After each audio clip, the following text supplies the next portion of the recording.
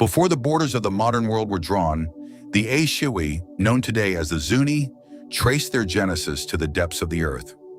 According to their most sacred histories, the earliest ancestors emerged from a series of 4 dark underworlds. Guided by divine forces, they climbed through realms of soot and algae, ascending by way of a spruce, an aspen, and finally a hollow reed to greet the Sun Father. This profound emergence point, known as Chimik'yana'kya dey'a, is located deep within the Grand Canyon. Following their emergence, the ancestors embarked on a multi-generational migration across the unforgiving Colorado Plateau. Their objective was to locate the physical and spiritual center of the earth. They were guided by the water spider, who spread its legs to encompass the entire world, lowering its heart to pinpoint the exact center. There, in a fertile river valley, the shiwi settled. They called this sacred destination Halona Iriwana, the middle place. In 1539, the geographic isolation of the middle place was suddenly shattered. A scouting party traveling from Mexico, led by the Franciscan friar Marcos de Niza and guided by a Moorish former slave named Estebanico, arrived at the ancestral village of Hawiku. Estebanico's aggressive and disrespectful advances toward the Zuni people resulted in his immediate death. Fray Marcos fled in terror, returning to Mexico with highly embellished tales that transformed the mud-brick pueblos of the shiwi into the fabled 7 cities of Cibola, an empire supposedly overflowing with untold golden treasures. The myth of Cibola drew Francisco Vázquez de Coronado to Hawiku in 1540 with a massive, heavily armed force. Finding no gold, the Spanish enacted a bloody conquest, forcing the vastly outnumbered Zuni warriors to retreat. Yet the shiwi remained fundamentally unbroken. Over a century later, in 1680, the Zuni joined a coordinated, region-wide uprising known as the Pueblo Revolt. Striking back against religious oppression, they burned the Spanish missions and sought refuge atop the sheer cliffs of Doa, Yalan.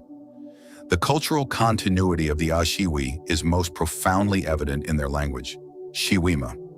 Spoken by nearly 10,000 people today, it is a linguistic anomaly, a language isolate. It shares no genetic relationship with any other Native American language, nor any language on Earth. Linguists suggest the Zuni have maintained the strict integrity of this language for up to 7,000 years, a testament to the community's deep historical independence and geographical seclusion. While they have borrowed a handful of terms related to religion from neighboring Hopi and Karasan tribes, the grammatical structure and vocabulary of Shiwima remain entirely distinct. It is a language built on glottal stops, complex verbs, and a unique worldview where adults are often respectfully addressed not by their given names, but by their relationships to the children of the community, safeguarding the sacredness of personal identity. In Zuni, art is rarely separated from spirituality. For centuries, the shiwi have been renowned for their exceptional craftsmanship, viewing their creations not merely as economic commodities, but as physical manifestations of natural harmony, power, and protection. The ancient art of fetish carving produces small stone animals that serve vital protective and healing purposes. According to tradition, the Zuni divide the world into 6 directions, each guarded by a specific prey god. The yellow mountain lion guards the north, the blue bear protects the west, the red badger the south, the white wolf the east, the multicolored eagle the sky, and the black shrew the underground. These guardians act as mediators between the natural world and the people. In 1872, a Zuni man named Lanyai learned the art of silversmithing from the neighboring Navajo. The shiwi soon transformed this craft, marrying silver with their ancient lapidary skills. They pioneered intricate techniques known as needlepoint, petit point, and channel inlay, where precisely cut turquoise, jet, and coral are fitted perfectly into silver channels to form dazzling mosaics. As the calendar year draws to a close near the winter solstice, the Zuni enact their most vital religious drama, the Shalako ceremony. This complex, multi-day festival marks the end of the old year and invokes divine blessings for fertility, rain, and long life in the year to come. Following 49 days of strict fasting and preparation, the Council of the Gods enters the village. They are led by Shulawitsi, the little fire god, and Sayatasha, the longhorn rain priest of the north. Following them are the 6 Shalako, gigantic avian messengers of the gods. They cross the river at dusk and enter specially prepared homes, where they will dance, chant the history of the Zuni creation, and bless the community until dawn. In the late 19th century, a remarkable individual named Wewa served as an essential diplomatic bridge between the shiwi and the rapidly expanding United States.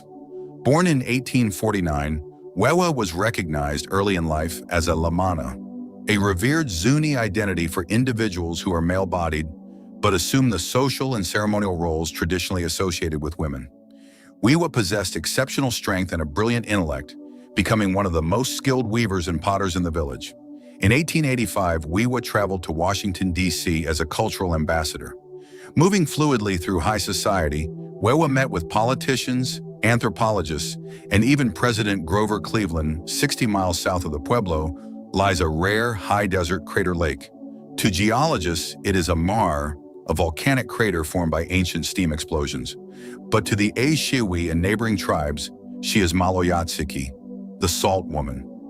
The lake is a living deity, a neutral sanctuary where ancient trails converge, and where men from various nations have journeyed for centuries to harvest her sacred flesh. In recent decades, the Zuni have waged monumental legal battles to protect this sacred landscape. When utility companies proposed a massive coal strip mine that would have drained the aquifers feeding the Salt Lake, the Zuni mounted a fierce resistance, ultimately defeating the project. Today, through landmark legislation and multi-million-dollar settlements, the Zuni continue to fight for the lifeblood of their ancestors. Today, the Pueblo of Zuni is a thriving, modern community of nearly 6,000 residents. While they face the economic challenges common to many rural areas, they are sustained by a robust arts industry, healthcare, and education. The shiwi welcome respectful visitors to witness their unique architecture and purchase their world-renowned art. However, they demand that the sanctity of their home be honored. Zuni is not a living museum. It is an active residential community. Visitors are strictly prohibited from photographing, recording, or sketching any religious ceremonies. During sacred dances, outsiders must maintain a distance of at least 50 feet from the kachinas, remaining quiet and refraining from applause.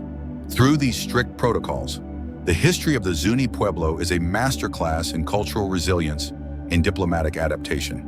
Despite facing the aggressive incursions of Spanish conquistadors in the 16th century, the suffocating pressure of American assimilation policies in the 19th century, and modern industrial threats to their most sacred ecological zones, the Zuni have maintained an astonishing degree of socio-political autonomy.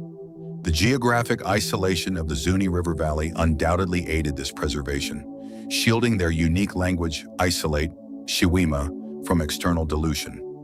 However, it is their deeply integrated worldview, where secular governance, lapidary artistry, sustainable agriculture, and complex Katsina spirituality are inextricably bound, that has truly sustained them. The protective role of the Bo priests, the diplomatic legacy of Lamana, figures like Wewa, and the successful legal defense of the Salt Mother demonstrate a society that effectively utilizes both ancient tradition and modern jurisprudence. Through these ongoing efforts, the shiwi ensure that Halona Itiwana will remain the middle place for generations to come.